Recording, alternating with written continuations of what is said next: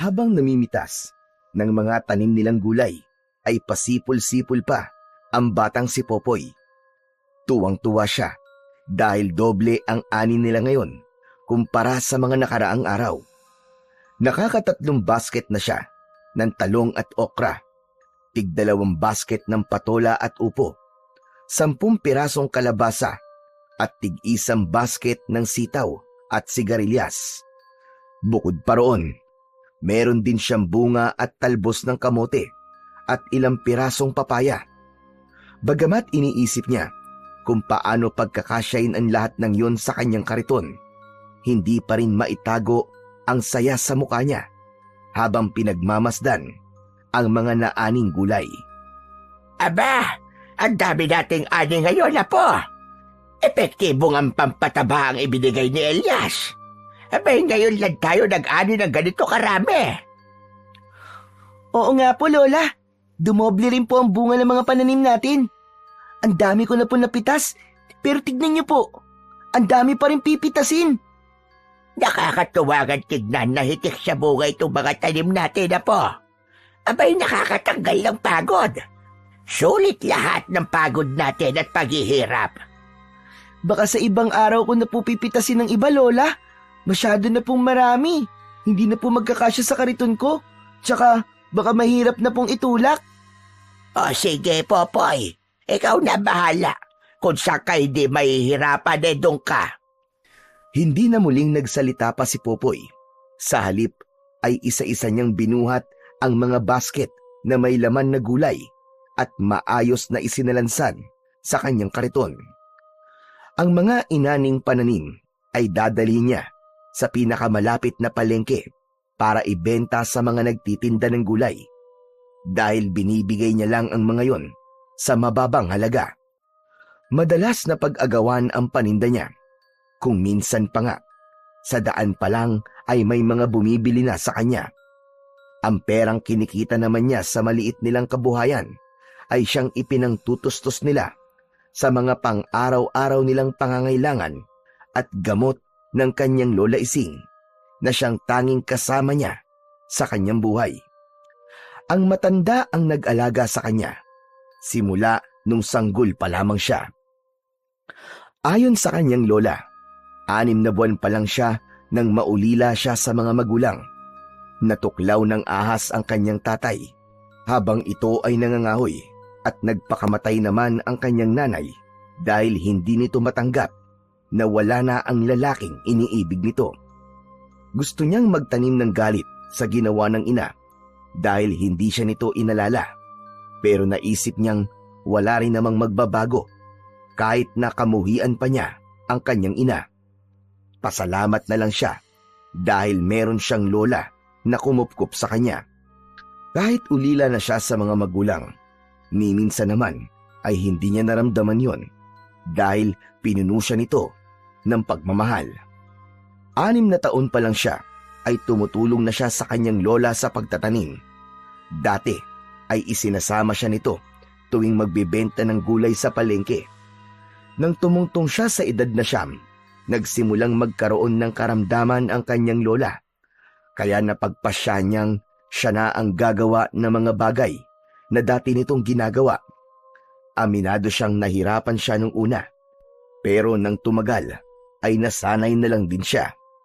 Ginawa niyang inspirasyon at lakas ang pagmamahal ng kanyang lola sa kanya. Sa edad na 10, batak na sa trabaho si Popoy. Sa kabubuhat niya ng mga mabibigat, meron siyang muscle sa kanyang katawan, lalong-lalo na ang mga braso niya at binti. Karamihan sa mga nakikilala niya ay hindi naniniwala na 10 taong gulang pa lamang siya dahil maihahalin tulad na sa katawan ng isang ganap na binata ang kanyang kilos at pangangatawan. Lola, may gusto po ba kayong ipabili maliban po sa gamot? Tanong ni Popoy sa kanyang lola matapos niyang maisalansan ang mga basket ng gulay. Wala na, Apo. Ikaw, baka may gusto kang bilhin. Hindi ba nabanggit mo dati na may gusto kang bilhin na comics? Ay sige na, bilhin mo na, Apo. Matagal mo nang gustong bilhin yon, di ba? Talaga po, Lola? Pwede na po akong bumili. Oo nga, apo. Total marami tayong ani ngayon. Regalo mo na lamang yon sa iyong sarili. Haya, sige na, bumili ka na. Naku, maraming salamat po, Lola.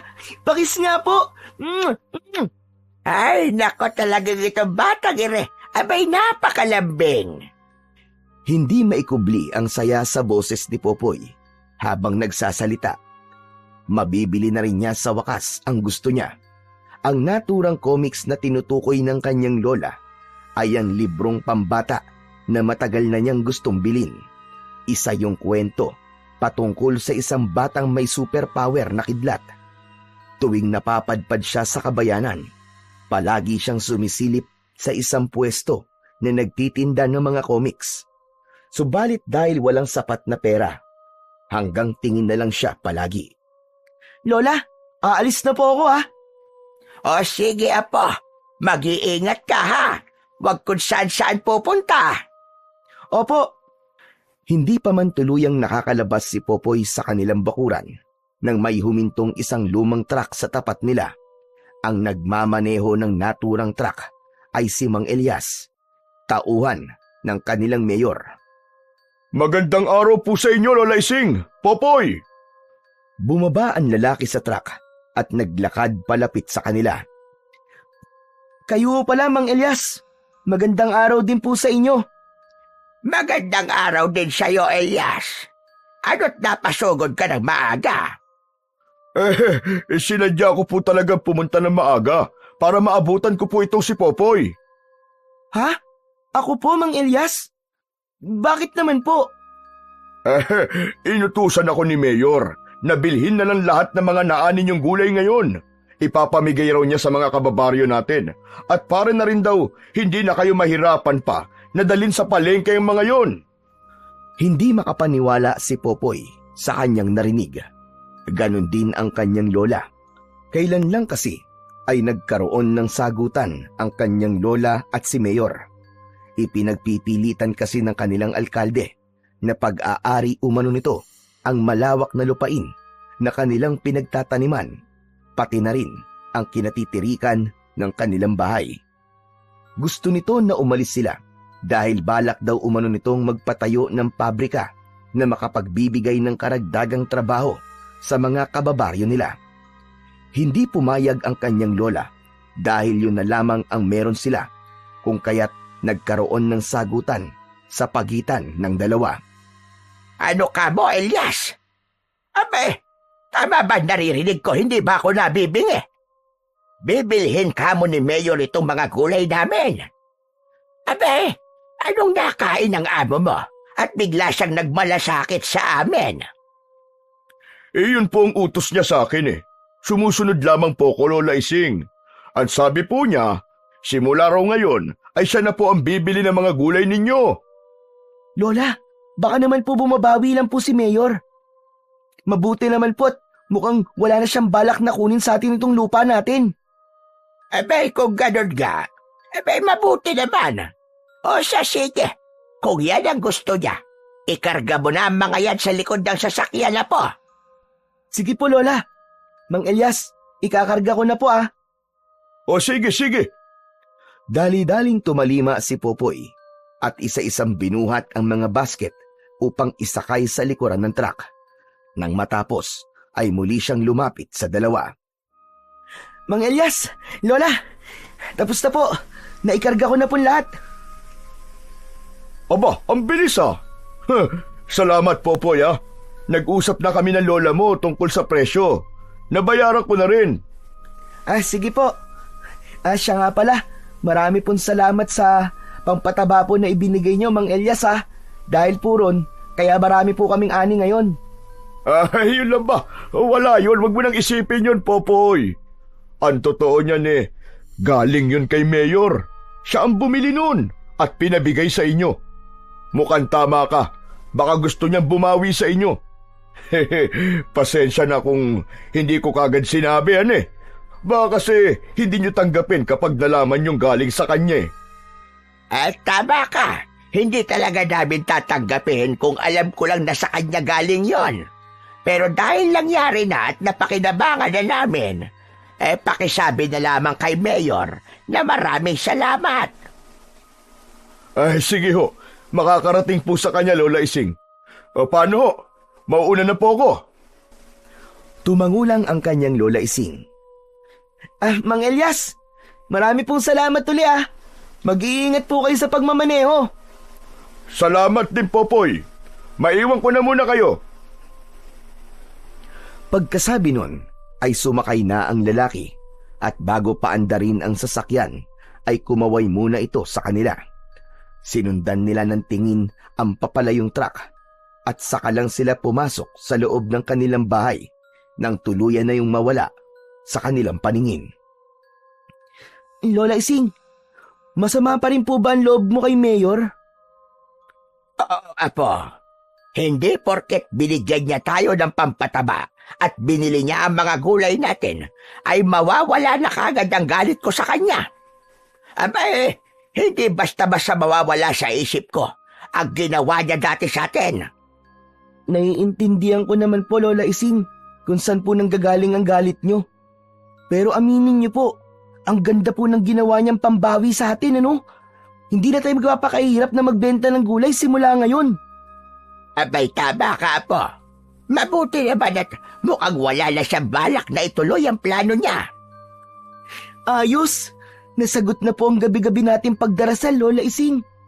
Makakatulog na po ulit tayo ng mapayapa, lalo na po ikaw. Tama ka. Mapapanatag na rin sa wakas ang loob ko, Apo. Natakot ako na baka makuha sa atin itong lupa na iniwan sa atin ng lolo mo. Ito na lang ang alaala na naiwan niya sa atin. Pero Lola, totoo po ba talaga na pag-aari po ng gobyerno tong lupa natin? Noon na po.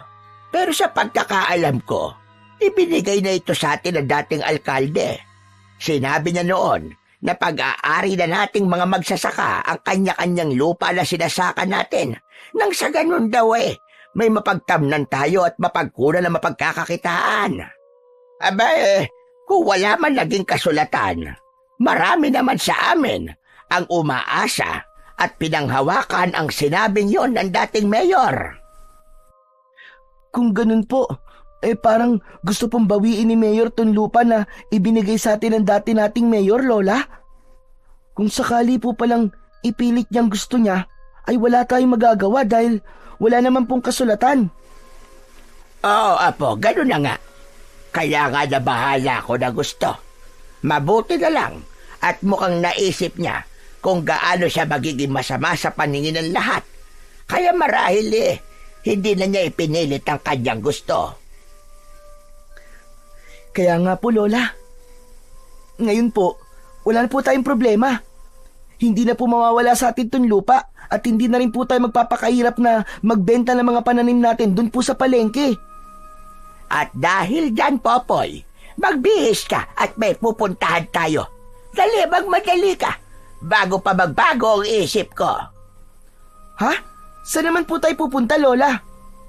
Hindi ba may gusto kang bilhin na comics ka mo? Sasamahan kita, Apo. Dahil sa narinig, nagmamadaling nagtungo sa maliit nilang silid si Popoy at nang lumabas siya ay nakabihis na siya. Makalipas ang ilang sandali ay tinatahak na nila ang daan papuntang bayan. Dahil may kalayuan at ayaw niyang mapagod ang kanyang lola sa paglalakad, sumakay na sila ng tricycle pagdating nila sa paradahan. Nang dumaan ang sinasakyan nila sa maliit na barangay hall, ay nakita nilang kasalukuyang ipinamimigay ng ilang opisyal ang mga gulay na binili sa kanila ni Mayor. Napuno ng saya ang batang isipan ni Popoy dahil sa isiping sa kanila galing ang mga naturang gulay. Pagdating nila sa bayan, sumaglit muna sila sa simbahan para magdasal bago tumuloy sa kanilang pupuntahan. Gaya ng ipinangako ng kanyang Lola Ising, ibinili siya nito ng comics na gusto niya at may bonus pang maskara. Ang naturang maskara ay ang maskarang gamit ng batang bida sa comics na binili niya. Bago sila umuwi, dumaan muna sila ng palengke para bumili ng kalahating kilong karne ng baboy. Lola, magluluto ka po ng sinigang? Oo, apo. Paborito mo yun, hindi ba? Opo, opo. Naku, bigla po tuloy ako nagutom, Lola. Dahil bata, kahit maliit na bagay ay sobrang masaya na si Popoy. Malapit na ang oras ng tanghalian nang makauwi sila. Tinulungan muna ni Popoy ang kanyang lola sa mga gawain bago niya hinarap ang comics na binili nila. Paulit-ulit niya yung binasa hanggang sa tawagin siya ng kanyang lola para mananghalian. Wow! Ang sarap mo talaga magluto ng sinigang, Lola! Habang nagsasalita, ay himas-himas ni Popoy ang kanyang tiyan. Lumobo yun dahil sa rami ng kanyang nakain. Binobola mo na naman akong bata ka. Ang sabihin mo, sadyang matakaw ka lang talaga. Hindi, Lola, hindi po kita binobola. Masarap ka po talagang magluto, lalo na po nitong sinigang. Oo na, sige na. Ikaw talaga bata ka, oo. Kinagabihan, katatapos lang maghapunan ni na Popoy at naghahanda na sila para matulog nang makarinig sila ng sunod-sunod na katok mula sa kanilang pinto. Nagkatinginan muna silang dalawa bago lumapit ang kanyang lola sa pintuan.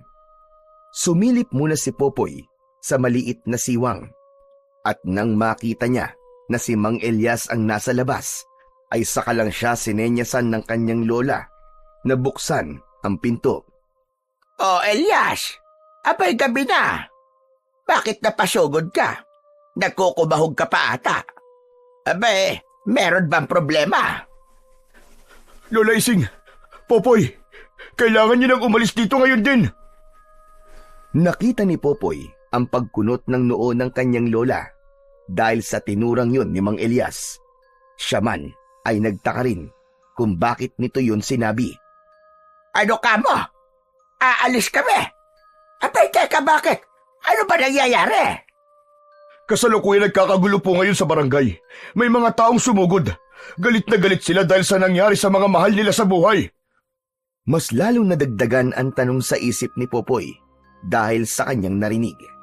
Hindi niya napigilan ang sarili at sumingit na siya sa usapan. Teka, sandali lang po. Bakit po ba sila nagkakagulo? Ano po bang nangyari sa mga mahal nila sa buhay?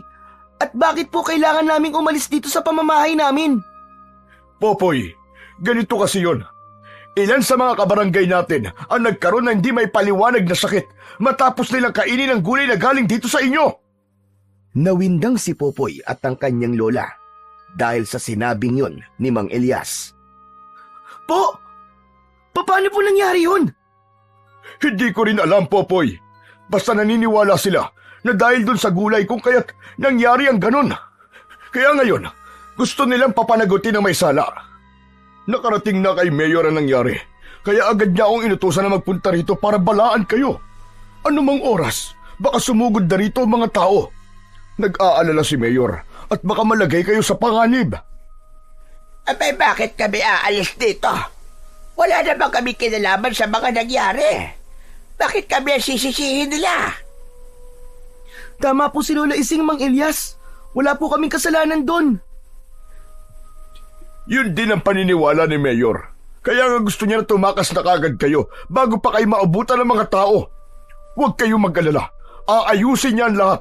Kapag ayos na, pwede na kayo bumalik. Sa ngayon kasi, sarado ang isip ng mga tao. At wala silang ibang gustong mangyari kundi ang managot ang pinaniniwalaan nila may kasalanan.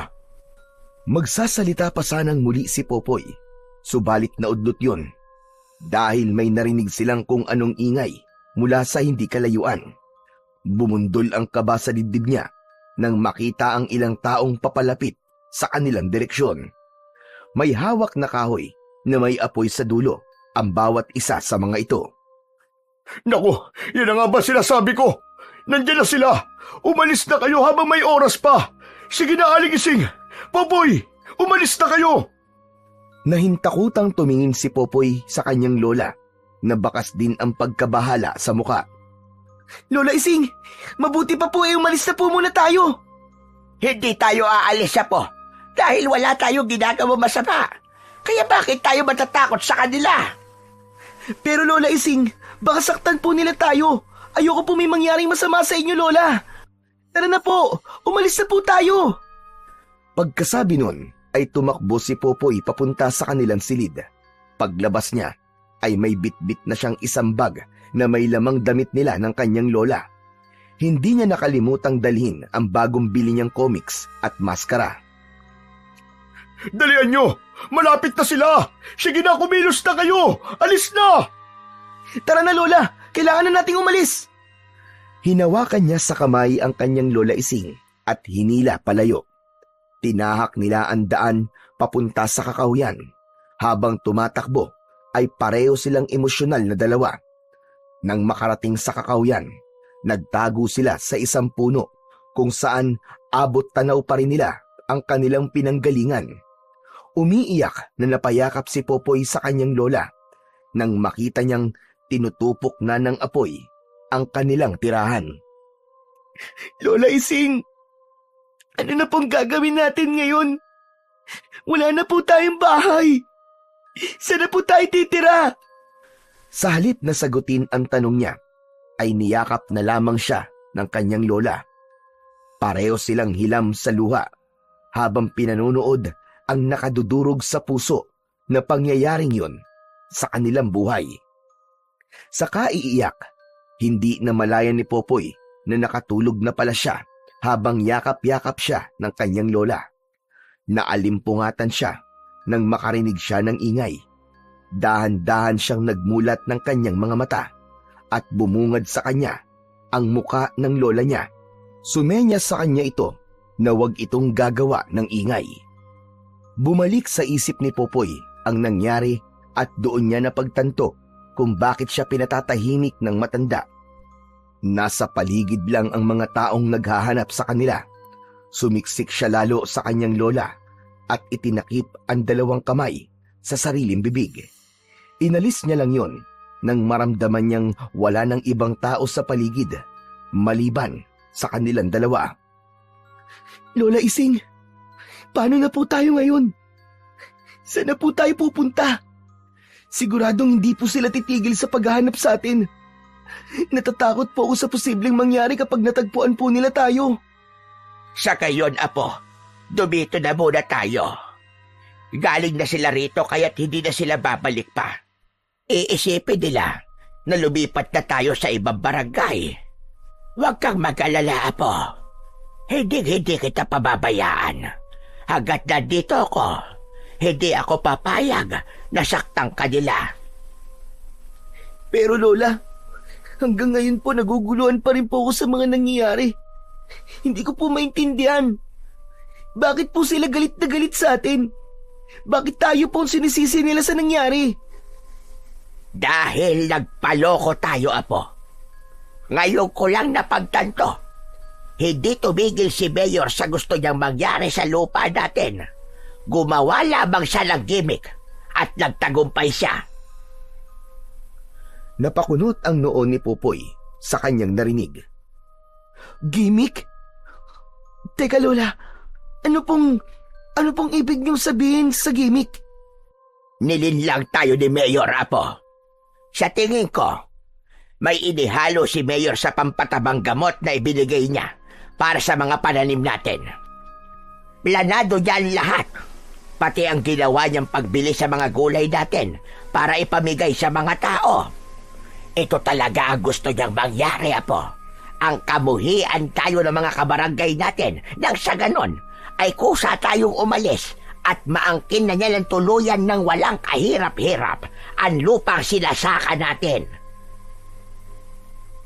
Matapos marinig ang sinabing yun ng kanyang lola, ay napagtanto ni Popoy na tama ang kanyang lola.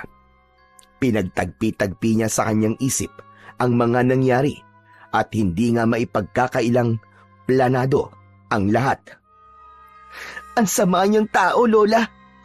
Ang buong akala ko pa naman ay wala na siyang balak na angkinin pa ang lupa natin. Huwag kang mag-alala, Popoy. May naisip akong paraan. Kailangan ko ang tulong mo. Ano pong naisip niyo, Lola?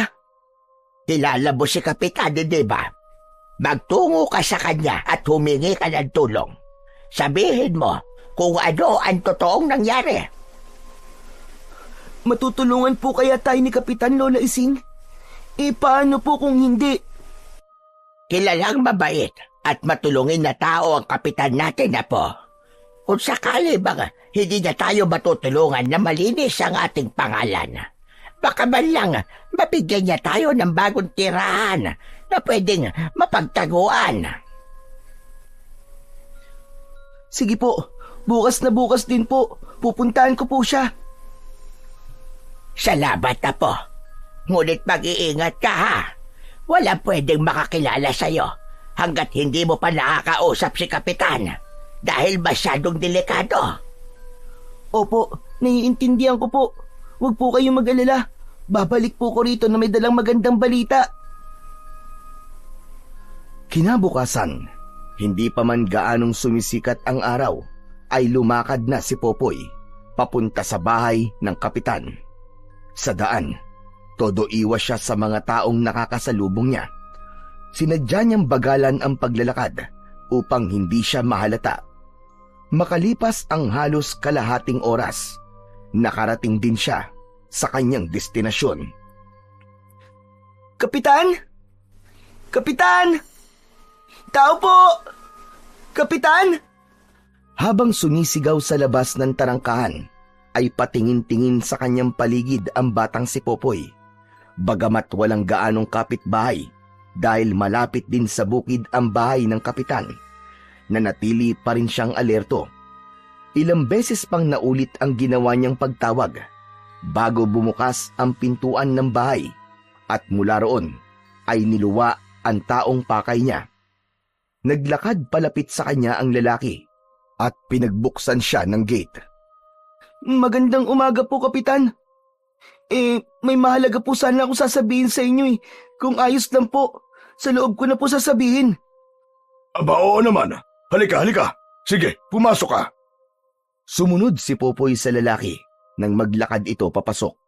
Pinaupo siya nito nang makarating sila sa sala. Umaupo ka muna. Gusto mo ba ng kape? Hindi na po, Kapitan.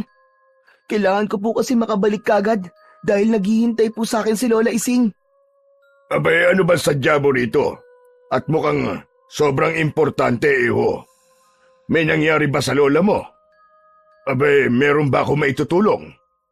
Kapitan, ganito po kasi nangyari. Nagsimulang magsalaysay si Popoy. Lahat ikinuwento niya. Emosyonal pa siya habang nagsasalita dahil muli na naman bumalik sa isip niya ang mga nangyari kagabi. Sabi ko na nga ba, at may tinatagong kasamaan niyang si Mayor na yan. Teka, kumusta na pala ang lola mo? Nasaktan ba kayo? Ayos lang naman po kami, Kapitan. Nagawa po namin makatakas bago pa man po dumating ang mga tao. Sana po matulungan niyo po kami ni Lola. Wala na po kasi kaming ibang mapupuntahan eh. Kung sa matutuluyan, may magagawa ko para matulungan kayo. Pero kung tungkol dun sa ginawa sa inyo ni Mayor, hindi ko may papangako na may maitutulong ako. Mahirap na. Baka pati ako o ang pamilya ko ay madamay. Naiintindihan mo naman siguro ko, hindi ba? Sunod-sunod na tumango si Popoy bilang pagtugon. Naiintindihan ko po kayo, Kapitan. O ganito. May lumang bahay ang mga magulang ko sa probinsya namin. Matagal na silang namayapa, kaya wala na nakatira doon. Kung papayag kayo, pwede kayo ron ng lola mo. Doon, tsak na wala makakakilala sa inyo na kahit na sino. Talaga po? Opo, papayag po kami, Kapitan. Kahit saan po, basta may matuluyan lang po kami ni Lola. O sige, sige. Ihahatid ko kayo ron ngayon din. Nang tumayo si Kapitan, ay tumayo na rin si Popoy. Lumabas sila ng bahay at sumakay sa kotseng nakaparada sa tapat ng bahay nito. Sinundo muna nila ang kanyang lola bago nila tinahak ang daan papunta sa probinsya ng sinasabi ng lalaki. Malapit nang dumilim ang paligid nang makarating sila sa kanilang destinasyon. Huminto ang sasakyan nila sa tapat ng isang makalumang bahay na yari sa kugon ang dingding at pawid naman ang bubong. Nang bumaba si Kapitan, ay bumaba na rin si Popoy para pagbuksan ang kanyang lola. O paano? Ayos na ba kayo rito? Pasensya na kayo sa ayos itong bahay ah. Ganito talaga ang karamihan sa mga bahay dito sa probinsya namin. Kung hindi kayo komportable, pwede ko kayong hanapan ng iba pang matitirahan. Yun ang mga katagang binitiwan ni Kapitan nang makapasok sila sa loob ng nasabing kubo. Abay, Kapitan, kami nga ang dapat na magtanong sa inyo niyan. Kung ayos lang ba sa'yo na dito kami tumira? Nabanggit kasi sa akin ni Popoy na bahay ito ng mga magulang mo. Abay Lola Ising, walang problema sa akin. Kayo ang iniisip ko. Baka hindi kayo komportable na tumira dito dahil patay na ang dating may-ari nitong bahay. Abay, ayos na kami rito. Ang mahalaga, malayo kami sa kapahamakan. Lalong-lalo na tong apo kong si Popoy. Siya lang naman ang iniisip ko. Abay, kung ako lang, ayokong umalis sa lugar natin. Naikwento nga sa akin ni Popoy ang lahat. Ikinalulungkot ko po nangyari. Pasensya na po kung ito lang po may tutulong ko sa inyo. Abay, Kapitan, malaking bagay na itong ginawa mo para sa amin. Tatalawin ko tong isang malaking utang na loob habang ako ay nabubuhay. Ilang minuto pang nag-usap ang kanyang lola at si Kapitan bago nagpaalam ang lalaki na aalis na. Mag-iingat po kayo sa pagmamaneho pabalik, Kapitan.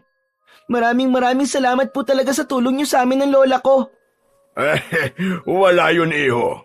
O paano? Kayo nang bahala rito ha. Alagaan mo mabuti ang lola mo. Opo, Kapitan. Inihatid muna nila ang lalaki sa labas at hinintay na tuluyang makaalis bago sila pumasok sa loob ng bahay. Namayani ang katahimikan sa pagitan nilang dalawa at ilang sandali pa ang lumipas ay humihikbi na ang kanyang lola. Hindi na niya kailangan pantanungin ang dahilan. Sa halip, nilapitan niya ang matanda at niyakap. Nang gabing iyon, ay naging mailap ang antok kay Popoy.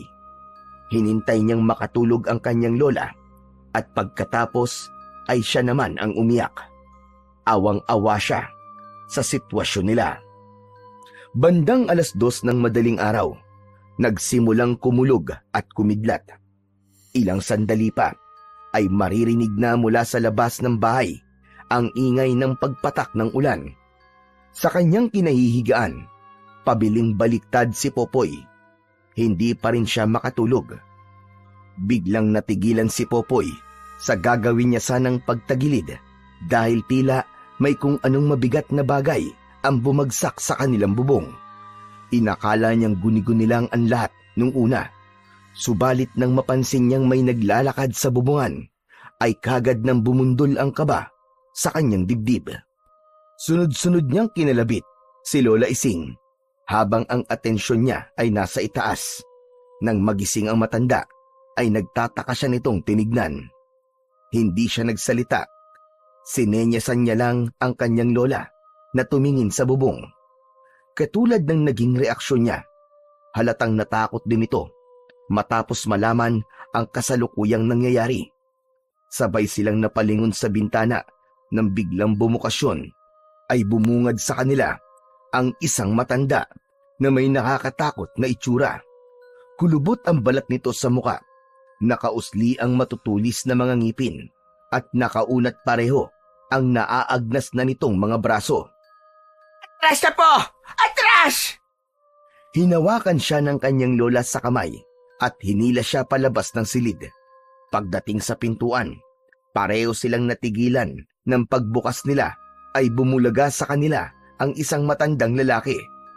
Higit na mas nakakatakot ang itsura nito kaysa sa matandang babae na nakita nila kanina dahil halos buong mukha nito ay naaagnas na.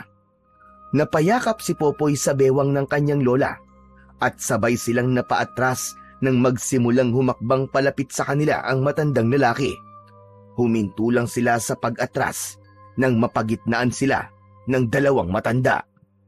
Naging mabilis ang mga sumunod na nangyari. Namalaya na lang ni Popoy na nakatumba na siya sa papag na sahig at nakikipagtagisan ng lakas sa matandang babae na bigla na lamang sumunggab sa kanya. Habang pilit na nilalabanan ang matanda para wag siya nitong masakmal, ay nakatuon ang atensyon niya sa kanyang lola na kasalukuyan ding inaatake ng matandang lalaki. Lola! Lola Ising! Nanlaki ang mga mata ni Popoy nang makita niyang sinakmal nito ang leeg ng lola niya. Upang makawala sa matandang babae, hinawakan niya ang gilid ng ulo nito at inuntog sa haligi, saka siya tumayo. Gamit ang kahoy na pangtungkod sa bintana, lumapit siya sa matandang lalaki at hinampas ito sa ulo ng paulit-ulit. Tumakas ka na, Apo! Iwan mo na ako rito! Tumakas ka na! Habang nagsasalita, ay bumubulwak ang dugo nito mula sa bibig. Ayaw pa rin itong bitiwan ng aswang kahit paulit-ulit niyang pinapalo ng kahoy ang ulo ng aswang. Hayop ka! Bitiwan mo ang lola ko! Bitiwan mo ang lola ko! Pumwesto si Popoy sa likuran ng aswang at ipinulupot niya ang isa niyang braso sa leeg nito. Nagpumiglas ang aswang at sinubukang makawala sa pagkakasakal niya. Wala na sana siyang balak na bitiwan ang leeg nito, subalit biglang may sumunggab sa kanya mula sa likuran, dahilan para makabitaw siya. Halos mawalan siya ng ulirat dahil sa tindi ng sakit na nararamdaman niya ng mga oras na yon. Ramdam niya ang pagbaon ng matutulis na ngipin ng matandang babae sa kanyang balikat. Sa kabila ng nararamdaman sakit, sinikap pa ring manlaban ni Popoy nang makita niyang muli na namang sinakmal ng matandang lalaki ang kanyang lola. Tumakas ka na, iho! Iligtas mo na ang iyong sarili! Tumakas ka na! Habang sinasabi yon, ay rinig niya na may halo ng pagmamakaawa sa boses ng kanyang lola. Lola Ising! Babalik po ako! Hihingi po ako ng tulong! Babalikan ko po kayo! Pagkasabi nun, ay tumakbo siya palabas at walang direksyon na tumakbo. Hindi pa man gaanong nakakalayo, ay nakita niyang hinahabol siya ng matandang lalaki.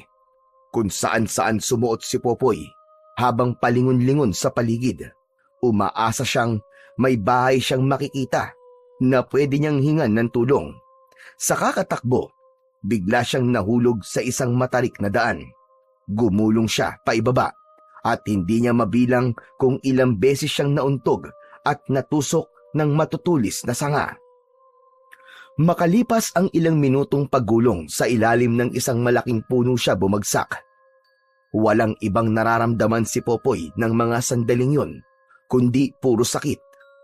Halos lahat ng parte ng katawan niya ay merong sugat at galos. At dahil sa hindi mabilang na pagkakauntog, duguan na ang kanyang muka. Dahil sa dugong pumapatak mula sa mga natamo niyang sugat sa ulo, ipinikit niya ang naniningkit niyang mga mata nang makita niyang saglit na kumislap ang kalangitan.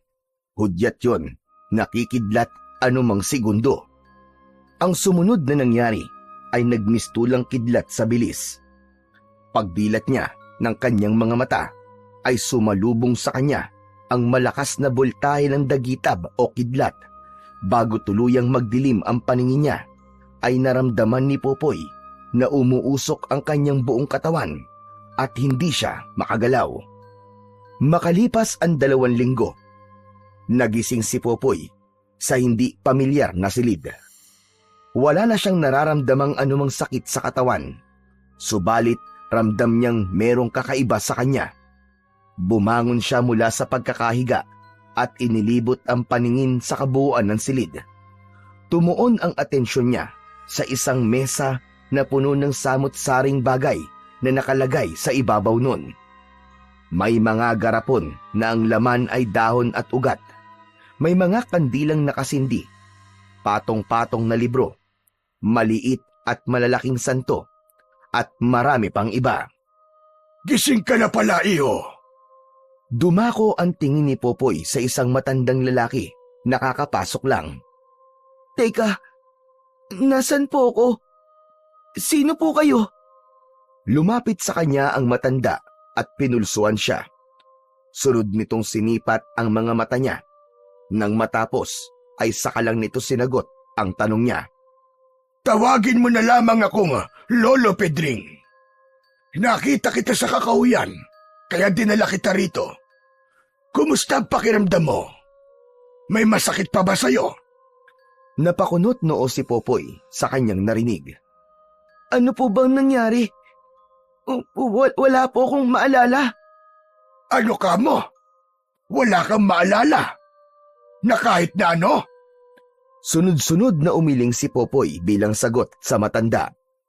Hindi mo rin ba matandaan kung ano ang iyong pangalan? Hindi po. Wala po akong maalala. Ano po bang nangyari? Hindi ko rin alam, iho.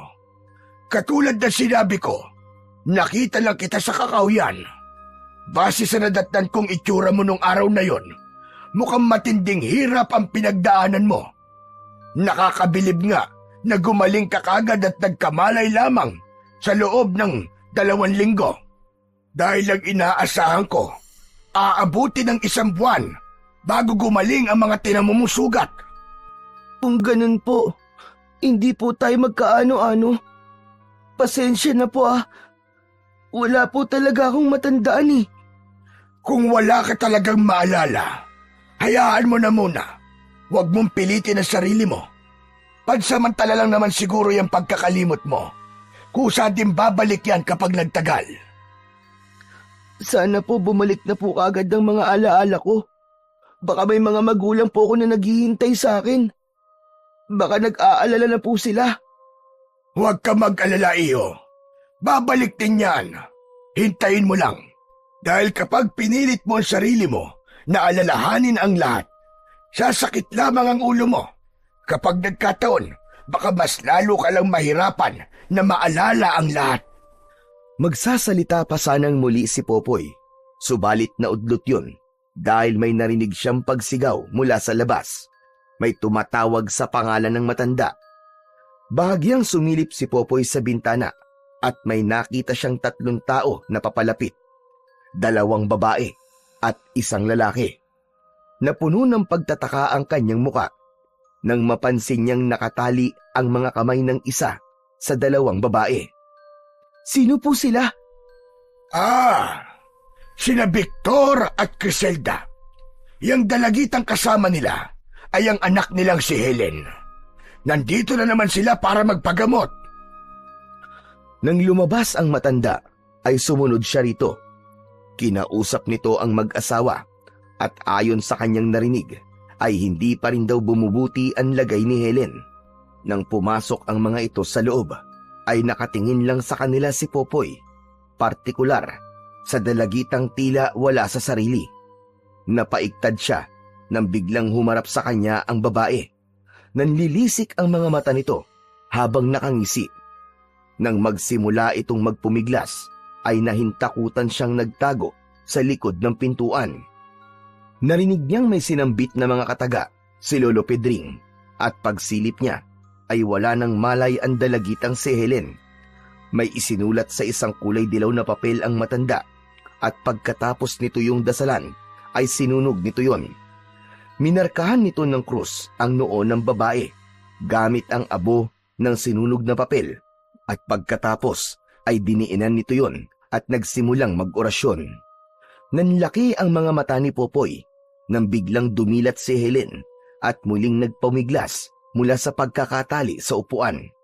Mistula itong isang galit na tigre na handang manakmal anumang oras. Nang magtagumpay itong makawala, ay kagad nitong sinakal si Lolo Pedring. Lumapit naman si Criselda para awatin ang anak, subalit pati ito ay sinakal din at pagkatapos ay ibinalibag pareho. Natakot ang tatay ng babae sa mga nakita at bigla itong kumaripas ng takbo palayo. Sa kanyang kinatatayuan, nanigas ang katawan ni Popoy nang sa kanya naman tumuon ang atensyon ni Helen. Nilapitan siya nito at sinakal. May kakaibang naramdaman si Popoy ng mga sandaling yon habang naghahabol ng hininga. Parang may libu-libong bultahe ng kuryente ang gustong kumawala mula sa kanyang katawan. Nang tignan niya ang kanyang mga palad, ay may nakita siyang kumikislap sa dulo ng kanyang mga daliri.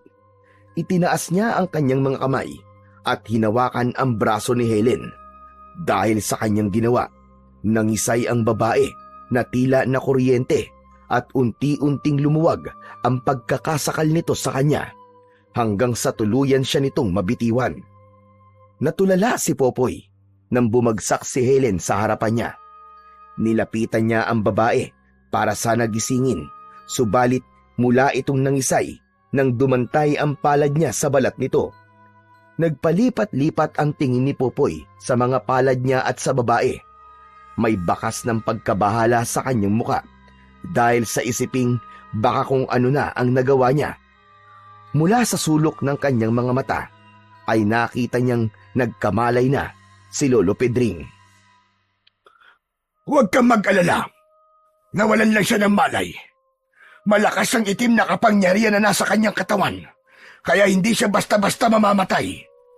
Tumingin si Popoy sa matanda at ipinakita ang kanyang mga kamay. Ano po nangyayari sa akin? Bakit ganito? Parang may kuryente po mga palad ko. Wala ka ba talagang naaalala sa mga nangyari sa'yo? Sa tingin ko kasi, tinamaan ka ng mutya ng dagitab. Ano po? Mutya ng dagitab? Ano po yun? Dagitab, kidlat. Ang mutya ng dagitab o kidlat ay isang uri ng kapangyarihan na makukuha kapag tinamaan ka ng kidlat. Subalit, bibihira lamang ang nakakaligtas sa mga ganong uri ng pangyayari. Himala kung may tituring ang nangyari sa'yo. Ano po? Teka, naguguluhan po ako. Wala po akong maintindihan. Hindi ito ang tamang oras para ipaliwanag ko sa iyo ang lahat. Ang mabuti pa, paypayan mo si Criselda at bubuhatin ko naman itong si Helen papunta sa silid. Kailangan kong maitali ang mga kamay niya at paa at nang sa ganon ay hindi siya muling makawala. Sinunod ni Popoy ang sinabi ng matanda. Nilapitan niya si Criselda at pinaypayan. Nang magkamalay, ay kagad nitong hinanap ang anak. Inalalayan niya ang babae na makatayo at sabay silang nagtungo sa silid kung saan naabutan nilang ginagamot na ni Lolo Pedring si Helen. Nanatili silang nakatayo sa may pintuan at pinanood ang ginagawa ng matanda. Muli na namang nasaksihan ni Popoy kung paano nagpumiglas si Helen nang magsimulang magbanggit ng dasal si Lolo Pedring. Nagtagal ng ilang minuto ang pagwawala nito bago nawalan ng malay. Nang muling magkamalay, kalmado na ang mukha nito at wala na ang nakakatakot na boses. Kaagad na nilapitan ni Criselda ang anak at niyakap. Hindi pwedeng palagi na lamang ganito, Criselda. Sinabi ko na sa iyo nung una pa lang kung ano ang magiging dulot nito. Kailangan mo nang magdesisyon bago pa sumapit ang kabilugan ng buwan. Bagamat nagtataka si Popoy sa sinabing yon ni Lolo Pedring kay Criselda, ay nanatili lang siyang nakamasid hanggang sa tuluyang umalis ang mag-ina. Kinagabihan ng araw na yon, kakatapos lang nilang maghapunan nang tawagin siya ni Lolo Pedring. Hinawakan nito ang dalawa niyang kamay at tinignan. Iho, masyadong malakas ang kapangyarihang nananalaytay sa mga ugat mo. Maaari kang makapanakit ng hindi sinasadya kapag hindi mo ito nagawang kontrolin. Ang mutya ng dagitab ang pinakamakapangyarihan sa lahat ng mga mutya. Wala pa akong nabalitaang may nabuhay matapos na tamaan ito. Sa nakikita ko sa iyo ngayon, ang mutya mismo ang may gusto na mapasayo siya. Kaya ka nakaligtas. Pero Lolo, may paraan po ba para maalis po sa katawan ko ang mutya na ito? Halatang natigilan ang matanda sa sinabing yon ni Popoy. Bakit mo naman naitanong? Ayaw mo bang magkaroon ng ganyang kalakas na kapangyarihan? Sabi niyo po kasi na posible po makapanakit po ako ng iba kapag hindi ko po nagawa tong kontrolin eh. Ayoko po mangyari ulit yung kanina. Natakot po ako. Akala ko nga po napatay ko na po yung babae. Marahil naramdaman ng mutya na nasa panganib ka, kaya kusang lumabas ang kapangyarihan nito sa katawan mo. Obligasyon ng kahit na anong mutya na protektahan mula sa panganib ang sino mang nangangalaga sa kanila. Ngunit ganun pa man, dapat matuto ka pa rin kontrolin ang kapangyarihan mo na yan. Dapat alam mo kung kailan kailangan at hindi kailangang ilabas ang kapangyarihang nasa loob ng iyong katawan. Lolo, ano po ba dapat kong gawin? Unang-una sa lahat, dapat marunong kang kontrolin ang emosyon mo. Sa ganoong paraan, magiging madali para sa'yo na kontrolin ang kapangyarihan taglay ng mutya. Kaya mo bang ilabas ngayon ang kapangyarihan mo? Hindi ko po alam kung paano ko po mailalabas eh. Sinubukang ibukas sara ni Popoy ang kanyang mga palad, subalit walang bultahe na lumabas. Kung ano-ano pang ang paraan ang sinubukan niya, subalit bigo siyang mapalabas ang kapangyarihan ng mutya. Ganito, meron akong ideya. Tignan natin kung gagana. Pagkasabi nun ng matanda, ay dinampot nito ang isang mahabang kahoy at akmang ihahambalos sana nito yon sa kanya. Subalit naging mabilis ang reaksyon ng kanyang katawan. Sinangga ng isa niyang kamay ang kahoy at ang isa naman niyang kamay ay kusang dumapo sa dibdib ni Lolo Pedring, dahilan para tumalsik ang matanda. Lalapitan niya sana ito para tulungang makatayo, subalit kusa rin siyang napahinto nang mapansin niyang may bultahe na naman na lumabas sa kanyang mga kamay. Tiyak niyang mangyayari sa matanda ang nangyari kanina sa babae sa oras na hawakan niya ito. Naku, ito na nga ba yung sinasabi ko eh. Ayos lang po ba kayo? Pasensya na po. Hindi ko po sinasadya. Tumayo muna si Lolo Pedring bago sumagot. Huwag kang mag-alala. Ayos lang ako. Tama nga ako. Kusan lalabas ang iyong kapangyarihan sa oras na maramdaman ng mutya na nasa panganib ka.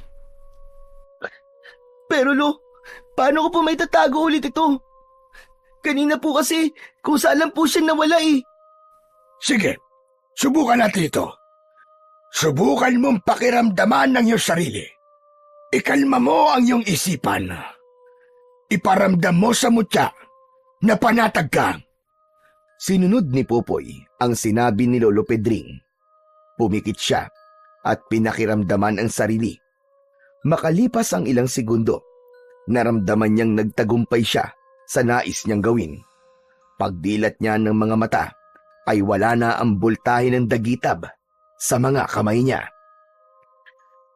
Nagawa mo ng walang kahirap-hirap. Sa tingin ko, magkakasundo kayo ng iyong mutya. Sana, gamitin mo yan sa mabuting paraan. Huwag mong abusuin ang kapangyarihang pinagkaloob sa'yo.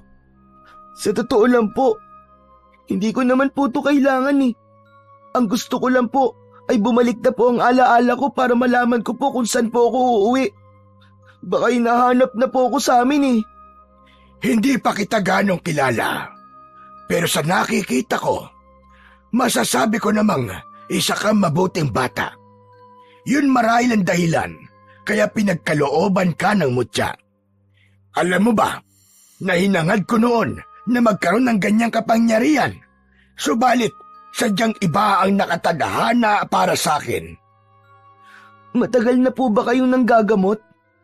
Abay oo, ilang dekada na iyo. Angkan kami ng mga albularyo. Kilala ang pamilya namin sa kahit saang karatig lugar sa larangan ng panggagamot.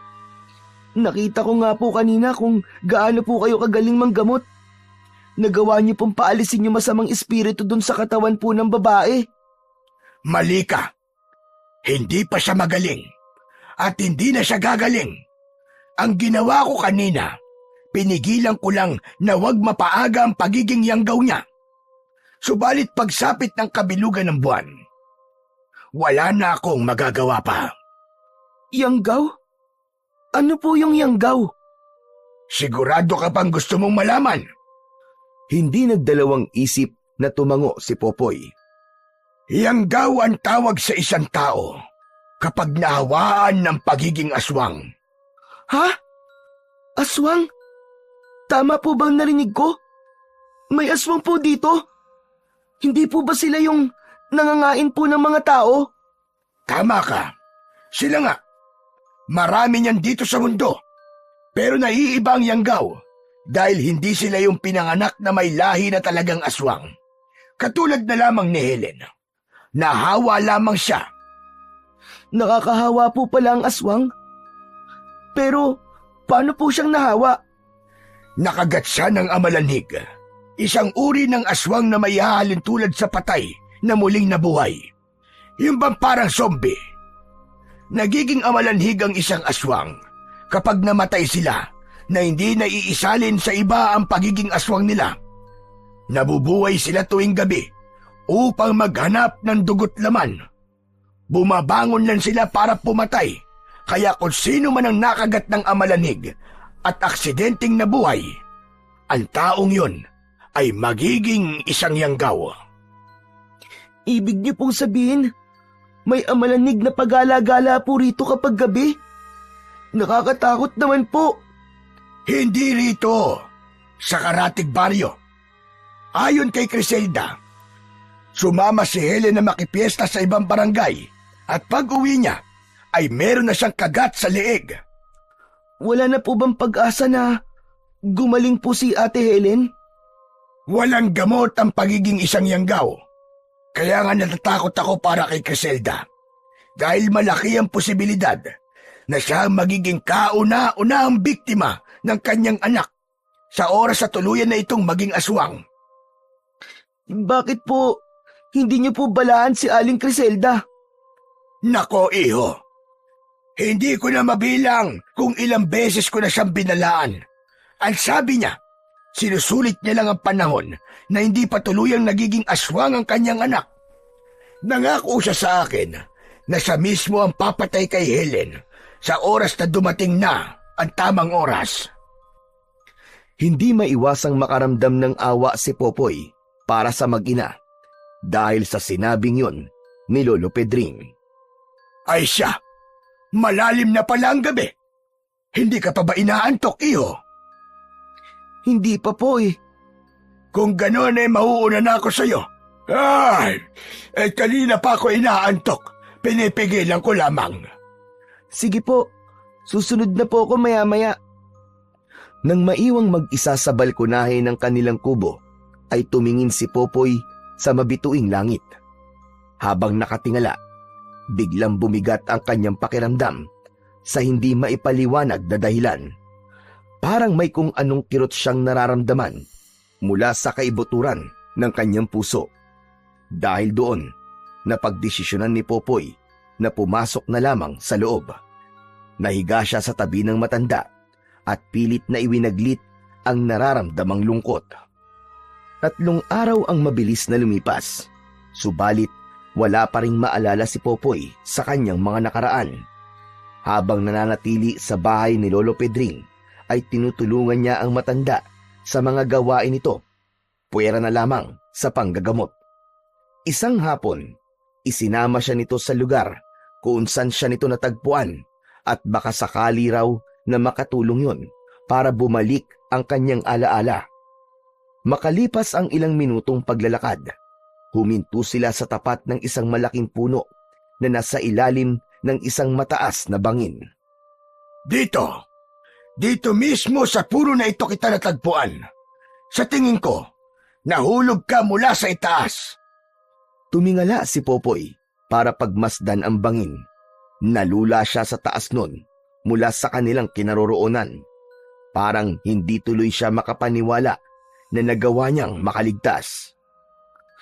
Lolo Pedring, ano pong meron dun sa itaas? Kakahuyan ng Baryo Pulang Bato. Gusto mo bang makita? Wala po bang ibang daan? Kung dito po tayo dadaan? Siguradong mahihirapan po tayo eh. Kung sa mismong daan tayo dadaan, medyo malayo-layo ang lalakarin natin. Shortcut na itong dinaanan natin.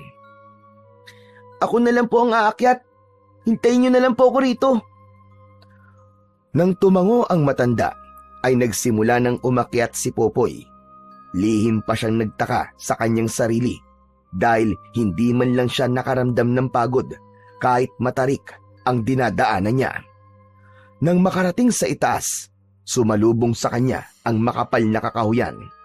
Inilibot niya ang paningin sa paligid at nagbabaka sakaling may makita siyang makakatulong upang bumalik ang kanyang alaala. Subalit, bigo siyang bumaba. O ano? Anong nakita mo? Wala ka bang nakitang pamilyar sa iyo? Salubong na tanong sa kanya ni Lolo Pedring pagkababa niya. Wala po eh. Puro mga puno lang po nandun. Ay nako. O siya, malapit ng dumilim. Uwi na ba tayo? Sige po, balik na lang po tayo ulit sa ibang araw. Habang naglalakad pa uwi, ay bagsak ang mga balikat ni Popoy. Gusto na niyang bumalik ang kanyang mga alaala, subalit hindi naman niya alam kung paano. Huwag ka nang malungkot. Babalik din ang mga alaala mo. Sa ngayon, huwag mo na lang munang pilitin ang sarili mo na alalahanin ang lahat. Lolo Pedring, kailan po kaya babalik ang alaala ko? Ilang gabi na po kasing mabigat po ang pakiramdam ko eh. Sa tingin ko po, may connection yun sa mga nangyari sa akin. Baka hinahanap na po ako ng mga magulang ko at sobra na po sila nalulungkot. Kaya ganito po ang pakiramdam ko palagi.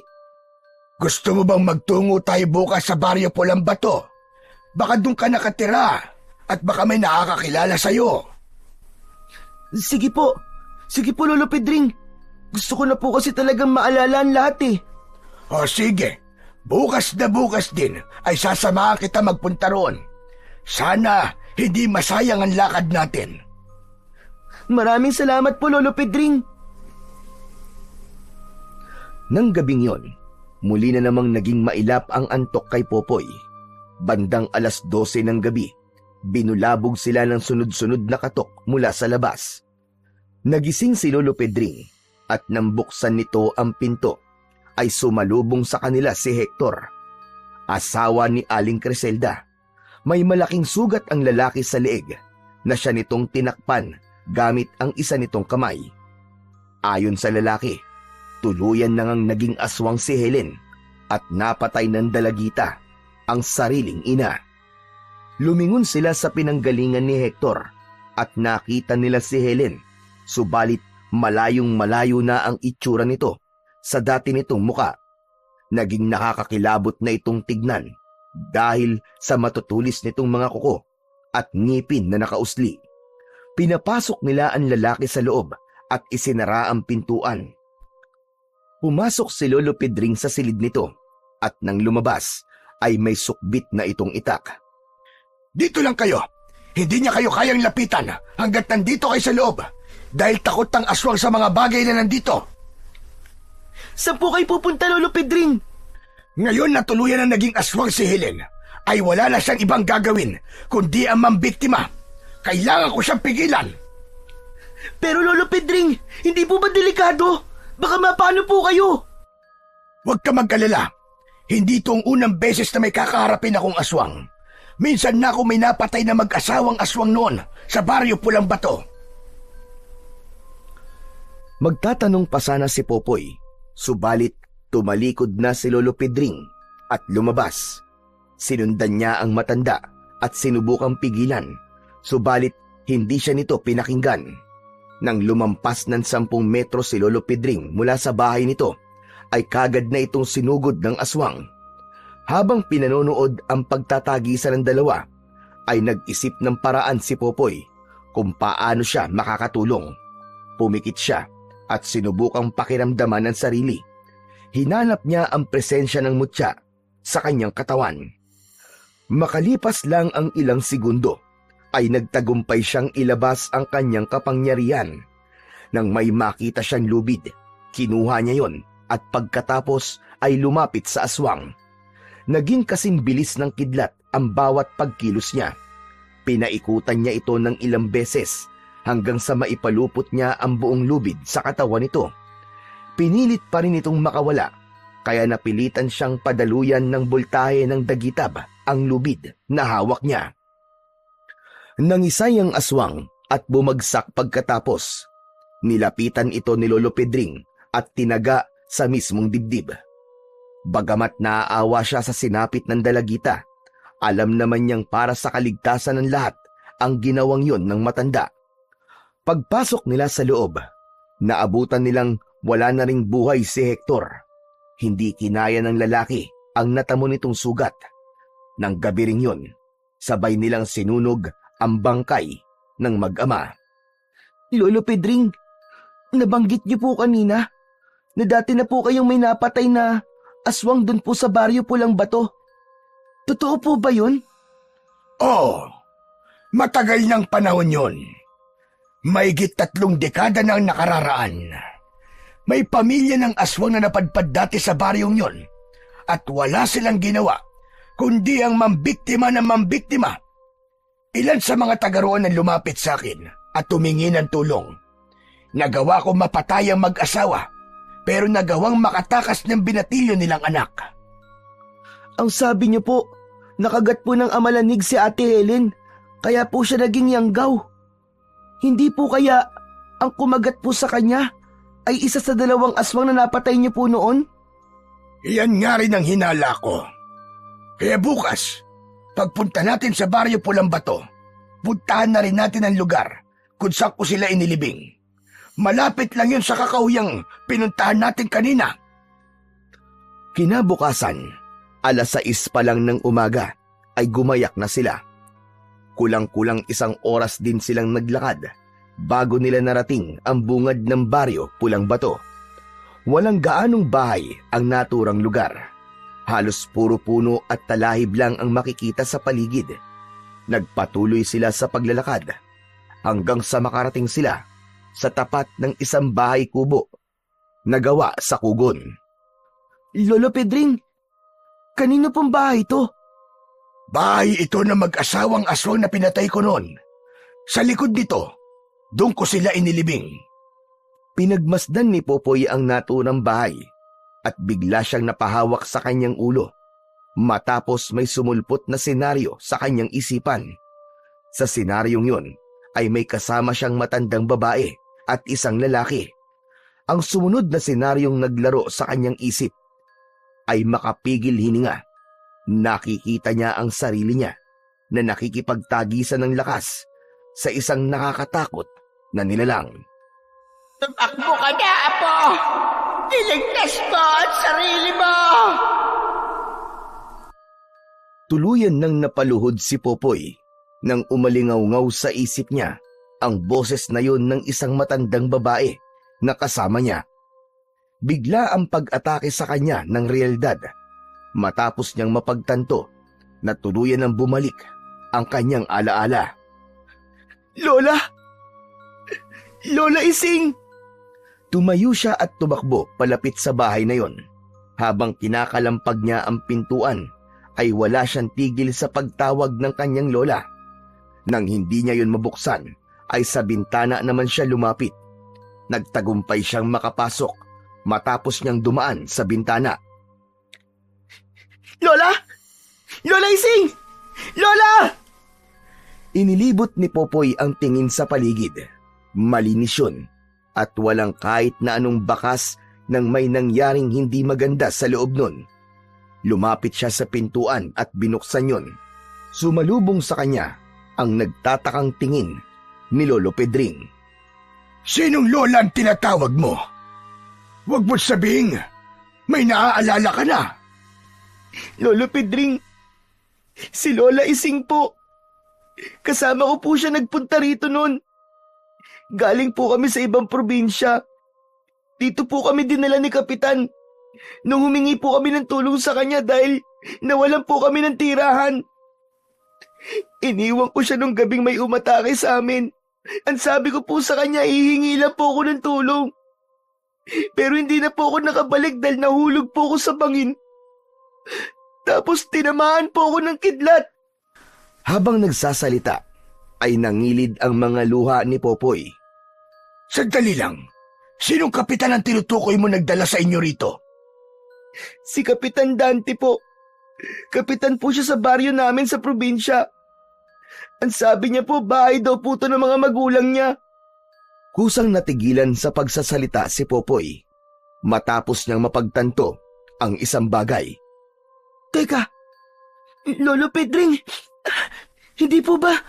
Ang sabi niyo po, ito po ang bahay ng mag-asawang aswang na pinatay niyo?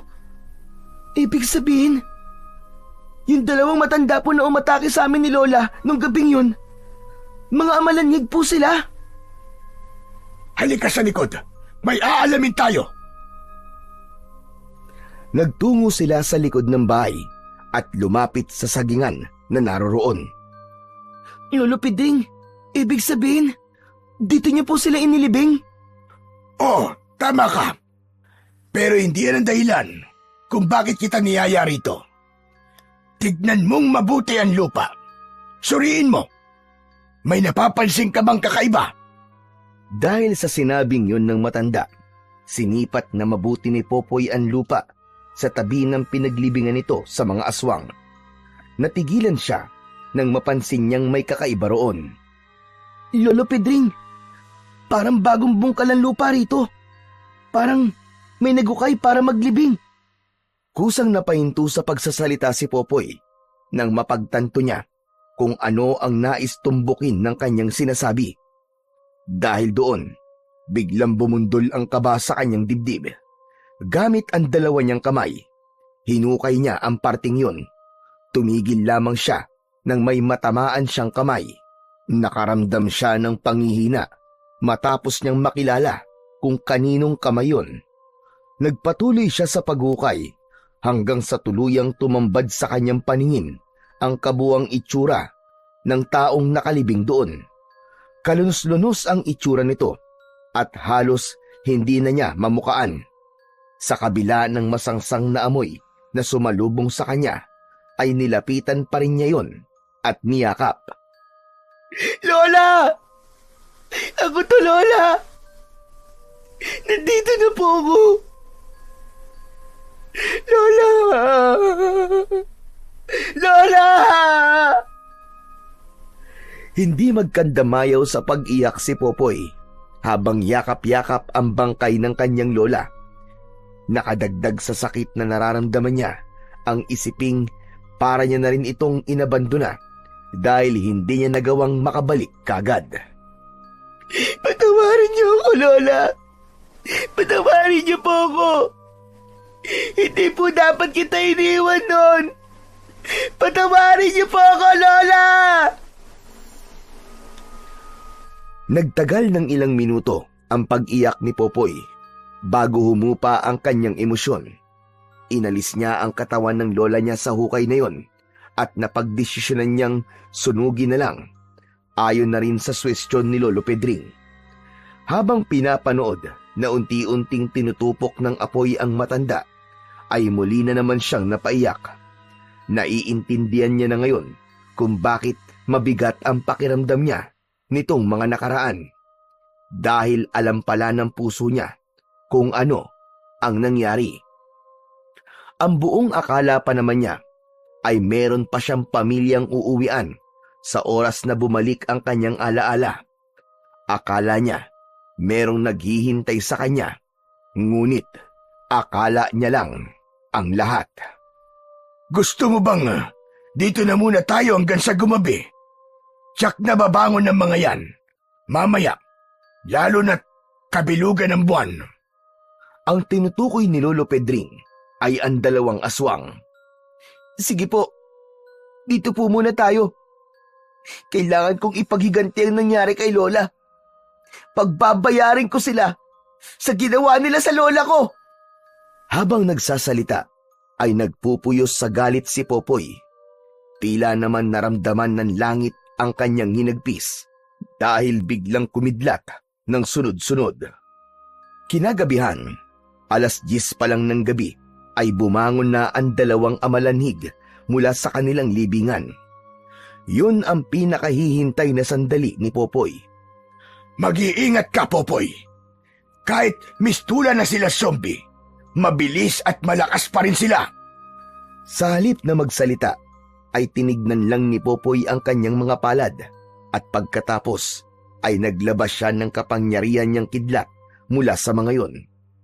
Pumasok sa isip niya na magkaroon ng sandata at kagad na lumikha ng isang nagliliwanag na sibat ang dagitab na lumabas sa kanyang kamay.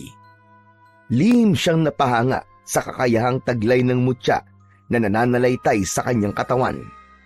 Pinaglaruan niya sa kanyang mga kamay ang sibat na hawak na animo ay isa yung baton. Hindi na hinintay ni Popoy na pasukin pa sila ng dalawang aswang. Siya na mismo ang lumabas para salubungin ang mga ito. Nang makita siya ng lalaking amalanhig, ay kagad siya nitong sinugod. Hawak ang sibat, sinalubong niya ito at sunod-sunod na inatake. Hindi siya tumigil hanggat hindi ito bumabagsak. Tumalsik ang aswang at humampas sa isang puno na nasa hindi kalayuan matapos niyang iwasiwas ng palang ang hawak niyang sibat. Bagamat hindi yun natamaan ng talim, naglabas ng matinding puwersa ang pag-atake niyang yun, kaya tumilapon ang amalanhig. Hindi na hinintay ni Popoy na muling makabangon ang aswang. Inihagis niya sa direksyon nito ang hawak niyang sibat at direkta yung tumama sa kaliwang dibdib nito. Kagad itong binawian ng buhay pagkatapos. Itinaas lang ni Popoy ang kanyang kanang kamay at bumalik sa kanya ang sibat. Sumunod niyang hinarap ang babaeng amalanhig. Naging mabilis lang ang paglalaban nila dahil kagad niya itong tinapos. Kagad din naglaho ang sibat sa kanyang kamay nang matapos na ang laban. Pinagtulungan nila ni Lolo Pedring na buhatin ang mga bangkay ng dalawang aswang at sinunog nila yon. Nang tuluyang maging abo ang katawan ng mga ito, ay saka lang nila nilisan ang lugar. Popoy, iho. Nakikiramay ako sa nangyari sa lola mo. Hindi ko alam na ganun pala katindi ang pinagdaanan mo bago kita natagpuan. Yun marahil ang isa sa dahilan kung bakit ka tinamaan ng mutya ng dagitab para magkaroon ka ng pagkakataon na maipaghiganti ang nangyari sa iyo. Si Lola Ising na lang po meron ako. Tapos nawala pa. Hindi ko na po alam ngayon kung saan po ako pupunta. Wala na po akong pamilya. Hindi mo kailangan mamroblema kung saan ka pupunta. Pwede ka manatili rito hanggat gusto mo. Alam mo, Popoy, sa totoo lang, sa maiksing panahon nating pagsasama, napamahal ka na rin naman sa akin, kaya hindi na iba ang tingin ko sa'yo. Hindi ko po ata kayang manatili po rito gayong alam ko po sa sarili ko. Nabuhay pa po ang taong dahilan kung bakit nangyari sa amin to. Kung ganon, ano ang plano mo? Babalik ka sa probinsya nyo? Sunod-sunod na tumango si Popoy bilang pagtugon. Kung ganon kailan mo mabalak umalis? Bukas na bukas din po, Lolo Pedring. Lolo Pedring, gusto niyo po ba sumama? Hindi na. Hihintay na lang kitang bumalik. Yun kung gusto mo pang bumalik. Babalik po ako. Kapag hindi na po ako nakabalik sa loob ng 1 linggo, ibig sabihin lang po nun, ay nabigo po ako. Sino ba ang babalikan mo ron? Si Mayor ba o si Kapitan? Si Mayor po. Dahil siya po may kasalanan ng lahat. Kung hindi niya po inangkin ang lupa namin, hindi sana kami mapapadpad dito. Buhay pa sana ang lola ko. Sa nakikita ko, Popoy, malinaw na ginawa kayong pain ni Kapitan para magkaroon ng bibiktimahin ng mga magulang niya. Pero Lolo Pedring, baka naman po hindi niya lang alam na naging amalanhig na po pala ang kanyang mga magulang. Sa probinsya po kasi namin, kilala po siya mabuting tao. Kaya ang hirap pong paniwalaan na sinadya niya po kaming ipakain sa mga magulang niyang aswang. Imposible po eh. Kung hindi niya sinadyan lahat, bakit kinailangan pa niyang ilibing ang lola mo sa likod ng bahay? Bago niya po kami iwan nun, sinabi niya pong babalik siya para dalaw-dalawin po kami. Baka po naabutan niyang ganun na po ang sitwasyon pagbalik niya. Kaya inilibing na lang po niya si Lola. At hindi ka man lang hinanap. Hindi mo ba iniisip yon? Lolo Pedring, baka po akala niya patay na rin po ako. Diba sabi niyo nga po, aswang din po siya? Kung tutusin, kaya niya po kami saktan pero hindi naman po niya ginawa. Pero wag po kayo mag-alala. Pupuntahan ko pa rin po siya para alamin kung sinadya ba niya talagang ipakain kami sa mga magulang niya. O siya, sige. Basta mag-iingat ka, Popoy. Base sa naging kwento mo, mukhang masamang tao nga ang mayor nyo. Alam mo, ibang kalaban na mga ganyang tao. Kung minsan, mas masahol pa sila sa mga kilala nating halimaw. Wala po akong pakialam kung gaano po siya kasama. Hindi po ako natatakot sa kanya. Pagbabayaran niya po ang ginawa niya sa amin ni Lola. Pinapangako ko yun. Masyado ka pang bata para mabuhay sa galit at sa pagnanais na magiganti. Ngunit hindi kita masisisi kung yan ang nararamdaman mo sa ngayon. Pero, Popoy, ayaw mo bang kalimutan na lamang ang lahat at mabuhay ng tahimik kasama ako? Lolo Pedring, kahit gustuin ko man po, hindi ko po kayang baliwalain na lang po ang lahat eh. Matatahimik lang po ko kapag nakita ko pong nagbabayad na sa kasalanan niya ang taong gumawa nito sa amin. Kung buo na talaga ang desisyon mo, hindi na kita pipigilan pa. Ipagdarasal ko na lamang na magtagumpay ka sa gagawin mo. Maraming salamat po Lolo Pedring sa lahat po nung naitulong niyo sa akin. Hindi ko po makakalimutan ang kabutihan pinakita niyo po sa akin habang nandito po ako. Huwag ka nang umiyak. Wala yun. Popoy, bumalik ka ha. Hihintayin kita, apo ko. Nang yakapin siya ni Lolo Pedring, ay niyakap niya rin ang matanda. Muling naramdaman ni Popoy ang pakiramdam na hindi siya nag-iisa, katulad ng palaging pinararamdam sa kanya ng kanyang lola nung nabubuhay pa ito. Kinabukasan, inihatid siya ni Lolo Pedring sa sakayan ng bus papunta sa probinsya nila. Ayon sa matanda, aabutin ng mahigit 8 oras ang biyahe, kaya ginising siya nito ng maaga upang hindi siya abutan ng gabi sa daan. Inabot ng 2 oras ang paghihintay ni Popoy bago tuluyang umalis ang bus na sinasakyan niya. 5 oras na siguro silang umaandar nang biglang magkagulo sa loob ng bus. May 2 lalaki ang bigla na lang naglabas ng patalim at inutusan silang lahat na ilabas ang dala nilang mga pera. Inilabas ni Popoy ang pera niyang nakabalot sa isang lumang panyo at hinintay ang isa sa 2 lalaki na tuluyang makalapit. Nang hawakan nito ang kanyang kamay para kunin ang pera niya, ay bigla na lang itong nangisay at bumagsak. Nataranta ang kasama nitong nakabantay sa may pintuan at tumalon palabas kahit umaandar ang bus. Kaagad na humupa ang tensyon sa loob matapos matiyak ng mga pasahero na ligtas na silang lahat. Ang lalaking nawalan ng malay ay pinaniniwalaang inatake ng sakit kaya biglang nangisay. Ngunit ang hindi nila alam ay nakuryente ito sa dagitab ni Popoy. Pasado 6:00 na ng gabi nang huminto ang sinasakyang bus ni Popoy sa bayan ng San Mateo. Mula roon, sumakay siya ng jeep at bumaba sa palengke kung saan siya nagbebenta ng gulay noon. Nagulat pa siya nang may biglang kumalabit sa kanya habang nakatayo siya sa gilid ng maputik na kalsada. Paglingon niya, nakita niya si Mang Elias. Oh, Popoy! Aba, ikaw ba talaga yan? Bakas sa mukha ng matanda na hindi ito makapaniwala na nakatayo siya sa harapan nito. Mang Elias! Opo, ako nga po ito si Popoy. Kumusta na po kayo? Abay, mabuti naman. Ikaw, kumusta ka? Wala na ako naging balita sa inyo simula nung gabing yun. Abay, nasaan ang lola mo? Kasama mo ba? Mang Elias, wala na po si Lola. Ano? Wala na? Abay, bakit? Mahabang istorya po, Mang Elias eh. Pasensya na po kung hindi ko po masasabi sa inyo ang dahilan. Ganun ba? Ayos lang. Bay, teka. Saan ka ba nanggaling? Nakita kitang bumaba sa jeep. Saan ka ba tumutuloy ngayon? Sa tabi-tabi lang po.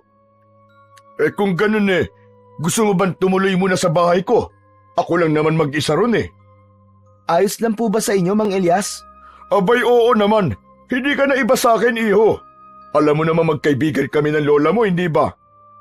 Dahil kailangan niya ng pansamantalang matutuluyan, hindi na tumanggi ang batang si Popoy sa alok ni Mang Elias na doon muna siya tumuloy sa bahay nito. Katulad ng tirahan nila dati ng kanyang lola, kubo lang din ang tinitirahan ng matanda. O siya, sige. Maupo ka na muna, Popoy. Teka, kumain ka na ba? Opo, tapos na po, Mang Elias. Ganun ba? Kape, gusto mo ba? Sige po, salamat po. Teka, ipagtitimpla kita ha. Maupo ka na muna dyan. Naupo si Popoy sa naroong upuan at inilibot ang paningin sa paligid habang hinihintay na matapos si Mang Elias sa pagtitimpla ng kape. Mang Elias, kayo lang mag-isa rito? Akala ko po may asawa kayo. Parang nabanggit niyo po kasi dati kay Lola na may anak po kayong kasing edad ko. Ha? May nasabi ba akong ganun? Baka lasing lang ako noon kaya kung ano-ano na ang pinagsasasabi ko. Wala akong asawa at anak. Mag-isa lang ako rito. Hindi nakaligtas sa mga mata ni Popoy na tila naging malikot ang mga mata ni Mang Elias habang nagsasalita. Hindi niya na lang yun pinagtuunan ng pansin. Tumuon ang atensyon niya sa isda at karne na dala ng matanda. Ang dami niyo naman po yatang biniling ulam. Kaya niyo po bang ubusin lahat yan? Dinamihan ko na para hindi na ako magpabalik-balik pa sa palengke. Nakakapagod. Ang layo-layo, di mo ba nakita? Hindi bale. Nandito ka naman na. May kasama na akong uubos ng mga ito. O paano, maiwan muna kita rito ha. Magluluto lamang ako ng hapunan natin. Pagkasabi nun ay tumalikod na ito at nagtungo sa kusina. Habang abala si Mang Elias sa ginagawa, ay nakamasid lang siya rito. Pagkatapos nitong magluto, nakita niyang naglagay ito ng kanin at ulam sa isang plastik na baunan. Oh, luto na! Kumain na tayo para makapagpahinga ka. Alam ko na pagod ka. Naghain ng pagkain si Mang Elias sa hapagkainan at sabay nilang pinagsaluhan yon. Nang matapos ay nagboluntaryo siyang maghugas ng kanilang pinagkainan. Mauna na ako matulog sa'yo, Popoy ah. Maaga pa kasi akong pupunta bukas sa bahay ni Mayor. Sige lang po, Mang Elias. Salamat po uli. Pagkatapos maghugas, ay nahiga sa upuang kawayan si Popoy at pumikit. Pagsapit ng hating gabi, naramdaman niya na bumangon si Mang Elias at lumabas ng kubo. Nang matiyak niyang ilang metro na ang layo nito, ay saka lang siya dumilat at bumangon. Sumilip siya sa bintana at nakita niya itong tumatakbo papasok sa kasukalan, bit-bit ang pagkain na nakalagay sa baunan. Sinunod niya ang udyok ng kanyang isipan. Lumabas siya at sumunod. Nang makita niyang pumasok si Mang Elias sa loob ng isang kuweba, ay hindi niya na ito sinundan pa. Sa halip, hinintay niya itong makalabas bago siya pumasok sa loob. Bagamat tahimik sa loob, ramdam ni Popoy na merong kakaiba sa paligid. Nagpatuloy siya sa paglalakad hanggang sa makarating siya sa pinakadulo kung saan may nakita siyang 4 na estatwa ng tigre na nasa 4 na sulok ng kuweba.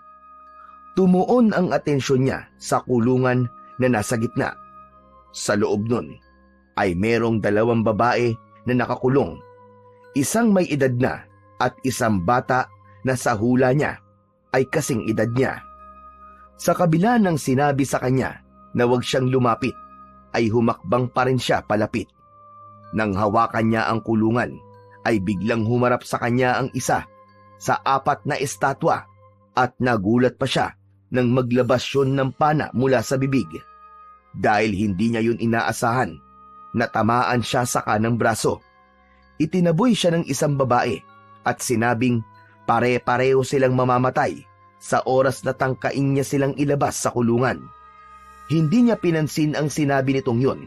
Sa halip ay hinawakan niya ang kandadong bakal at sinimulang kalagin.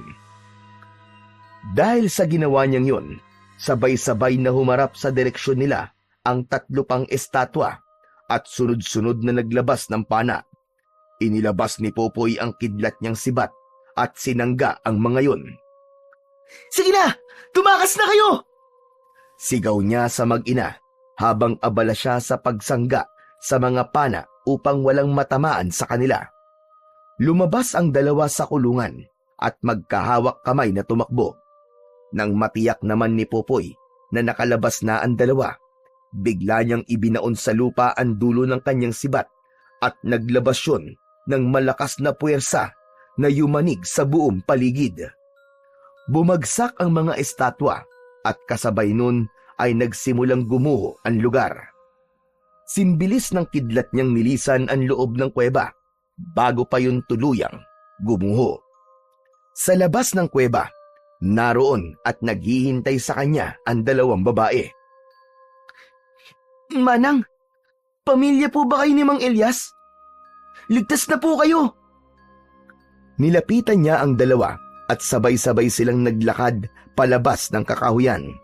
Pagdating nila sa bahay ni Mang Elias, bakas sa mukha ng matanda ang pagkagulat nang makita kung sino ang mga kasama niya. Nang makabawi sa pagkakabigla, ay nilapitan nito ang mag-ina at niyakap. Nagdesisyon si Popoy na magpahangin sa labas at iniwan ng 3. Makalipas ang ilang minuto, ay nilapitan siya ni Mang Elias. Popoy, maraming salamat sa pagliligtas mo sa mag-ina ko.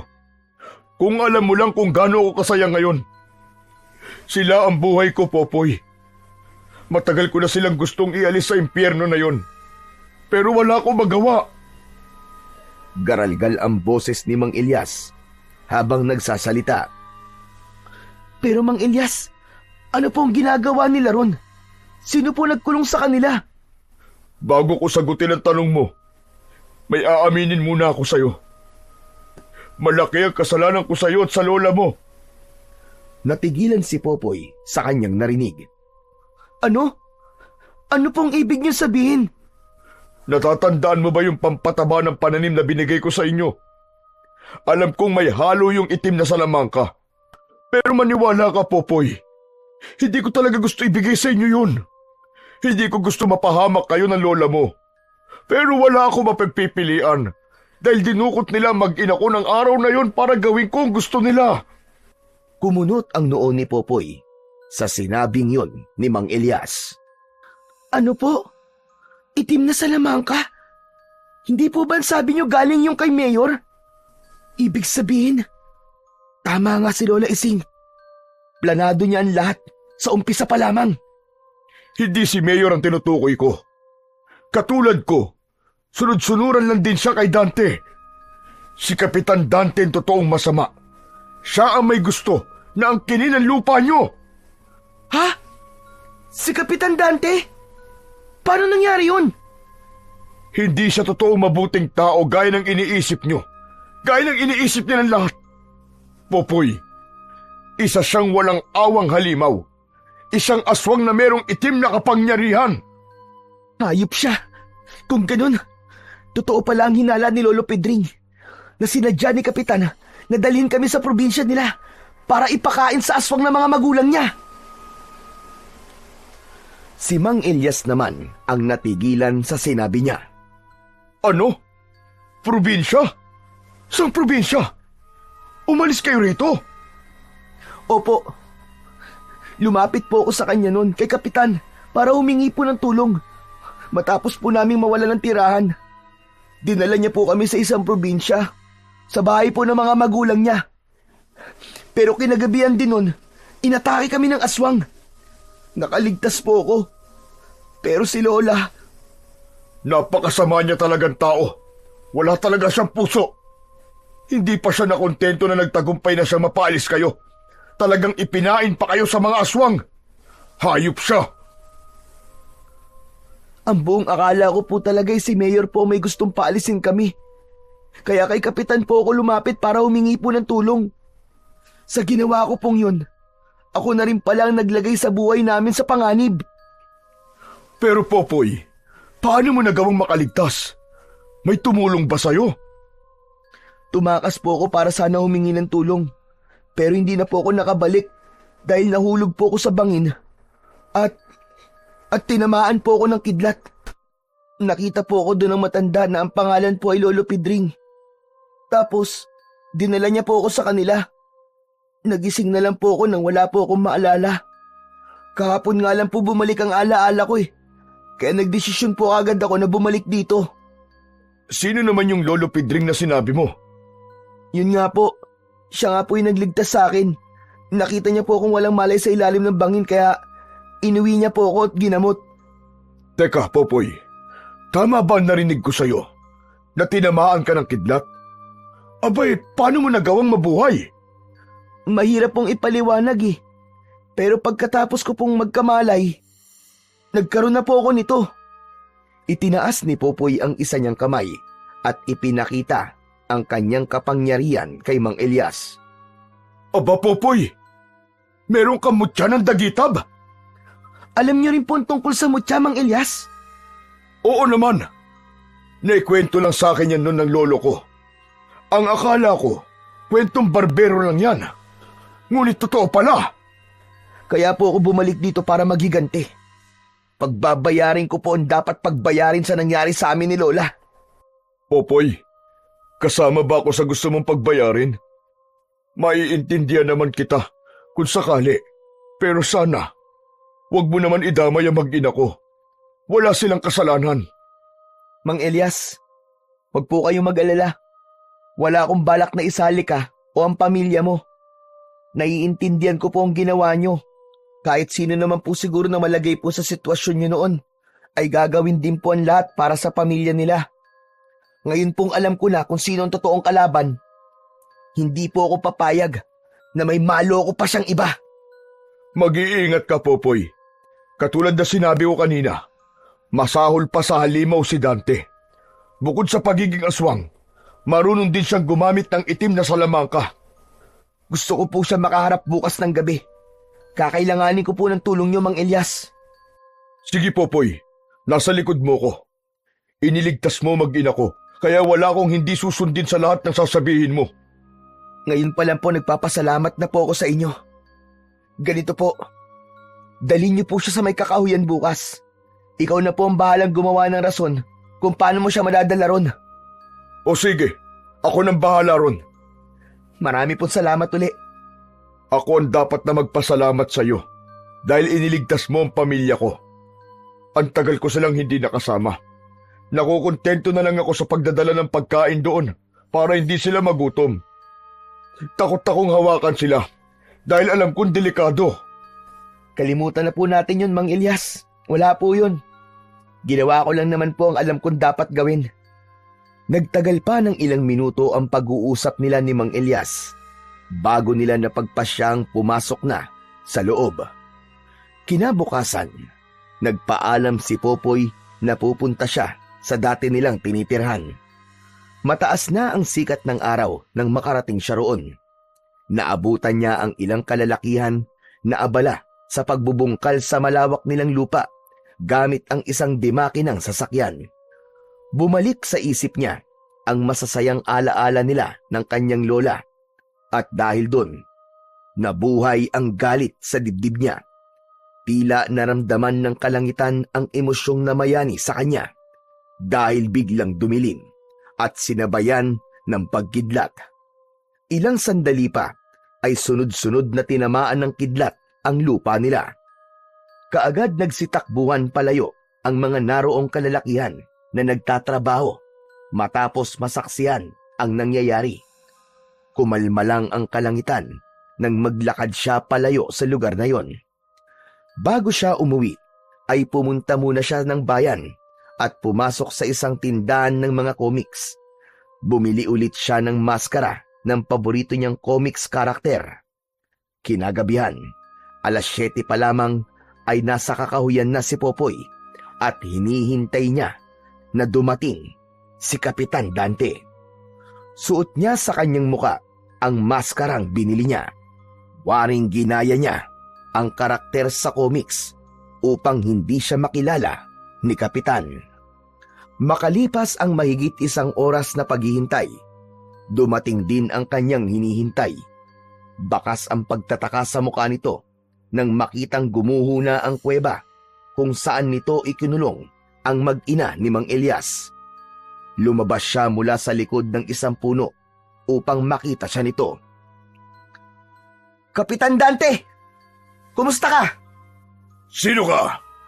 Bakit may takip ang mukha mo? Bakit ka nakasuot ng maskara? Ikaw ba may kagagawa nito? Ang lakas ng loob mong kalabanin ako! Oo, ako nga. At ikaw na susunod kong patutumbayin. Pagkasabi nun, ay inilabas ni Popoy sa kanyang kanang kamay ang kidlat niyang sibat. Pinaglaruan niya muna yon sa kanyang mga kamay at pagkatapos ay iniumang niya ang matulis na parte paharap sa kapitan. Tignan natin kung hanggang saan ang kaya mo! Itinaas ni Dante ang isa nitong kamay at naglabas ng kulay itim na mahika.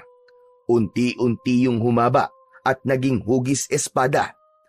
Hindi na nagulat si Popoy sa kanyang mga nasaksiyan dahil nabanggit na sa kanya ni Mang Elias na marunong gumamit ng itim na mahika, si Dante. Hayop ka, Kapitan Dante! Pagbabayaran mo lahat ng kasamaang ginawa mo! Pagkasabi nun ni Popoy, ay sinugod niya kagad si Kapitan gamit ang taglay niyang bilis. Nagtagisan sila ng lakas at kapangyarihan. Maririnig sa paligid ang dagundong ng kanilang mga armas tuwing nagkakasalubong ang mga yon. Nagtagal pa ng ilang minuto ang kanilang laban bago siya nagtagumpay na mapatumba ang kapitan. Nagawa niyang putulin ang gamit nitong maiwagang sandata nang hampasin niya yon ng kanyang sibat na kidlat. Ang akala niya, susuko na si Kapitan Dante, pero nagkamali siya. Muli itong tumayo at may binanggit na mga katagang hindi niya maintindihan. Napalingon si Popoy sa paligid nang may narinig siyang papalapit. Pagtingin niya sa itaas, may nakita siyang maraming uwak na papalapit sa direksyon niya. Naging abala siya sa pagpatay sa mga yon, kung kaya't hindi niya napansin na nakalapit na pala sa kanya si Kapitan. Napangiwi siya nang ibaon nito sa kanyang tiyan ang hawak nitong armas. Naramdaman niyang tumagos yun hanggang sa kanyang likuran. Unti-unti siyang nanghina hanggang sa tuluyang mapaluhod. Sinamantala naman yun ni Dante para alisin ang suot niyang maskara. Saglit lang itong nagulat nang makita ang kanyang muka. Kasunod nun ay umalingaw-ngaw na sa paligid ang malademonyo nitong halakhak. Ikaw pala yan! Hindi bale, Popoy! Huwag ka mag-alala dahil magkakasama na kayo ngayon ng lola mo! Nang marinig ni Popoy na binanggit nito ang kanyang lola, ay bigla siyang nagkaroon ng panibagong lakas. Bumalik sa isip niya ang lahat ng pinagdaanan nila at kung paano ito namatay sa kamay ng mga amalanhig. Tumingala sa kalangitan si Dante nang magsimulang kumidlat. Sinamantala niya yon. Tumayo siya at itinusok ang hawak niyang sibat sa tagiliran nito. Napaatras ito habang hawak-hawak ang natamong sugat. Kalaunan ay napaupo ito sa damuhan. Hayop ka, Kapitan! Dito na nagtatapos ang kasamaan mo! Pagkasabi nun, ay inihagis niya ang sibat sa direksyon nito. Kasabay ng pagbaon nun sa kaliwa nitong dibdib, ay siya ring pagtama ng kidlat sa katawan nito. Nang matiyak niyang wala na itong buhay, ay muli siyang napaluhod habang sapu-sapo ang sugat na walang tigil sa pagdurugo. Nasa paligid lang pala noon si Mang Elias at kaagad itong lumabas at lumapit sa kanya matapos nitong makita na natalo na ng bata si Dante. Popoy! Popoy! Kailangan mo magamot. Malala ang sugat mo. Dadaling kita sa bahay. Inilalayan siya nitong makatayo at maglakad. Paglabas nila ng kakahuyan, bigla siyang humiwalay dito. Mang Elias, salamat na lang po. May kilala po ako manggagamot. Sa kanya na lang po ako magpapagamot. Salamat po sa ginawa niyong pagdadala rito kay Kapitan. Pero grabe ang sugat mo, Popoy. Delikado. Kaya mo ba magpunta ron na mag-isa? Opo, kayang-kaya ko po, Mang Elias. Sigurado ka? Kung ganun hindi na kita pipigilan pa. Mag-iingat ka, Popoy. Maraming salamat sa ginawa mong pagliligtas sa mag-ina ko. Pagpalain ka nawa ng Diyos. Salamat po. Tumangulang si Popoy at nagsimulang humakbang palayo. Makalipas ang halos isang araw, natagpuan ni Popoy ang kanyang sarili na nakatayo sa tapat ng bahay ni Lolo Pedring. Nanghihina pa rin siya, kung hindi marahil sa mutya ng dagitab na nasa kanyang katawan, ay baka kanina pa siya binawian ng buhay. Itinaas niya ang kanyang kamay para sana kumatok. Subalit hindi pa man yun sumasayad, ay bumukas na kagad ang pinto at sumalubong sa kanya ang matanda. Magandang umaga po. Magpapagamot po sana. Natawa si Lolo Pedring sa sinabi niyang yon. Kung aalis ka lang din ulit, sa oras na gumaling ka na, ay hindi ang sagot ko. Si Popoy naman ang natawa sa matanda. Wala na pong dahilan para umalis po ako, Lolo Pedring.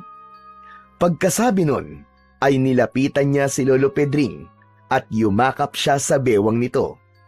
Alam ni Popoy na hindi siya nagkamali ng desisyon na bumalik. Lumipas ang maraming araw at buwan. Masayang namuhay ang dalawa sa munti nilang kubo. Tawanan at hagik-gikan ang maririnig sa kanila sa labis na kasiyahan. Wala nang aswang na gumagambala o napapabalitang nag-aasik ng lagim. Si Popoy ay nagtanim ng iba't ibang gulay katulad ng ginagawa niya dati para ibenta at makatulong sa kanyang Lolo Pedring na bago niyang pamilya ngayon at itinuturing na bagong pag-asa para sa bagong yugto ng kanyang buhay.